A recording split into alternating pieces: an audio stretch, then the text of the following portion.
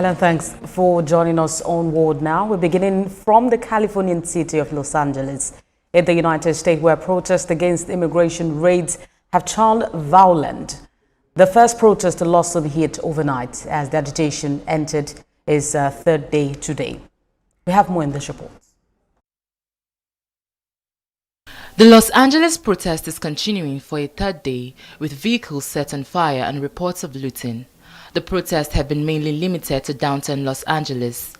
A BBC report says a British photographer was shot with a sponge bullet and an Australian reporter was shot with a non-lethal bullet while she was reporting. A car went up in flames at an intersection where protesters gathered Saturday afternoon. A large scale of looting was also reported. Protesters clashed with soldiers on Sunday afternoon after a crowd gathered near the Metropolitan Detention Center downtown. California Governor Gavin Newsom says that this chaos is exactly what President Trump wants.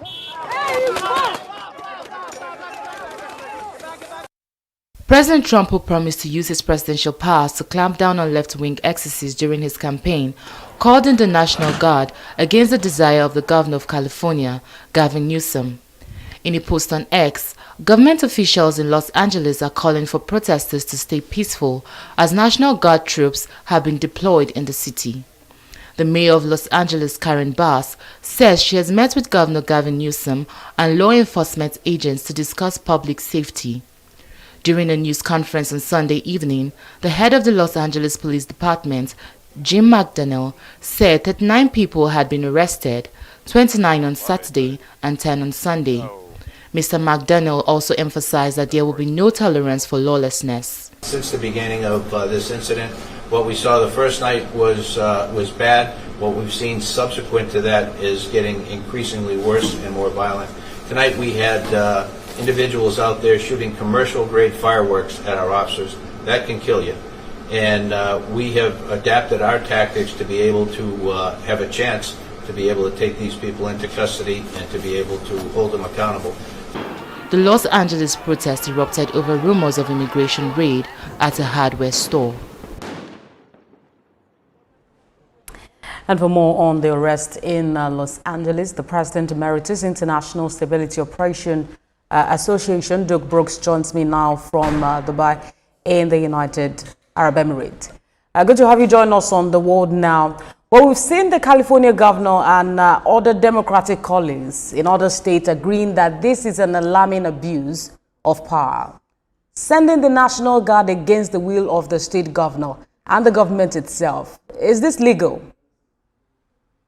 That's a really, really good question. It may or may not be legal. I mean, technically, the president is supposed to call or use the Insurrection Act, which he has not done. The Insurrection Act essentially says the president's allowed to use the military to prevent a domestic or international insurrection or attack. He hasn't done that. And so he's basically going around the state to use these National Guard troops. And so probably illegal. It'll probably go to the courts and Trump will probably lose this one. And there's been a longer, standing conversation about the crucial role of immigrants in small businesses in the United States and, the economy at large. But, well, with some of them being undocumented and with this going on, what do you expect in the next few days if these rates continue? Well, this is definitely going to hurt the U.S. economy. It's very interesting. The U.S.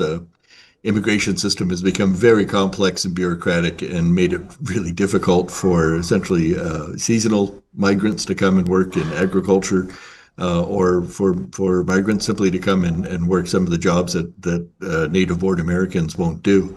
So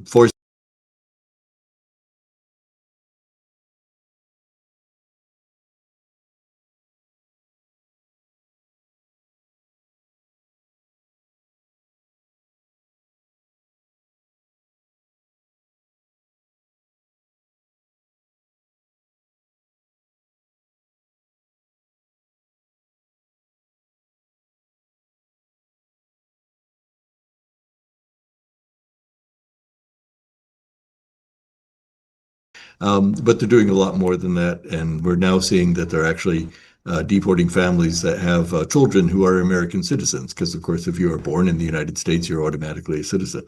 So this is unprecedented. This is causing a lot of disruption in communities, and as you pointed out quite correctly, this is hurting businesses. This is hurting agriculture in the United States, and this is going to have a very, very significant multi-billion-dollar impact on the U.S. economy. Well, in Trump's campaign, when he, promised to go after criminals, one would not have expected this, looking at the aggressiveness of these federal agents. But two issues in the spotlight here, which is the policy of this administration, which they are protesting against, and the tactics used by the federal agents to carry them out. But some critics say that it's not really about restoring order in the United States. It's about Trump trying to shift attention from some of the setbacks of his policy. Do you agree with that statement? I don't. I think from the first administration, Trump administration, to this one, it has a policy of being chaotic, and I don't know that that's deliberate or planned. I don't honestly think that President Trump is that savvy or intelligent to be able to pull something off like that. He just makes these decisions off the top of his head.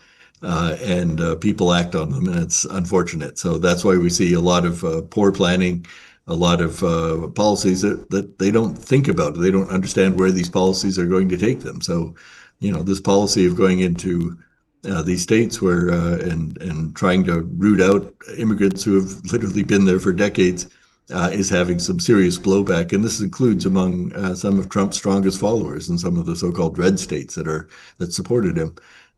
They're starting to push back with the idea that anybody can be deported if they don't have their documentation in order. It's also raised concerns about, the perception about this administration. We've seen Trump tweeting on Truth Social, his social media platform, calling these people paid insurrectionists. But how dangerous is this statement at this time? Well, he's trying to rile up his base, and I think he's doing it successfully. There's a lot of people who are saying that, this is an insurrection, and therefore, that means that we can bring out the Marines and everybody else to go after people who overwhelmingly are peacefully protesting these moves. And so, yeah, it's extremely dangerous. Many commentators are saying we're reaching a sort of a pivotal point in American history if this continues and this sort of overweening big government policies that Trump has embraced continue, that this is a real challenge for American democracy. It's a challenge to basically the peace and freedoms we've had for over 250 years now, almost 250 years. President Emeritus, International Stability Operation Association, Doug Brooks, thank you for talking to us. It's a pleasure. Thank you. Let's turn our attention to Colombia. A presidential candidate is under intensive care after he was shot 3 times, twice in the head,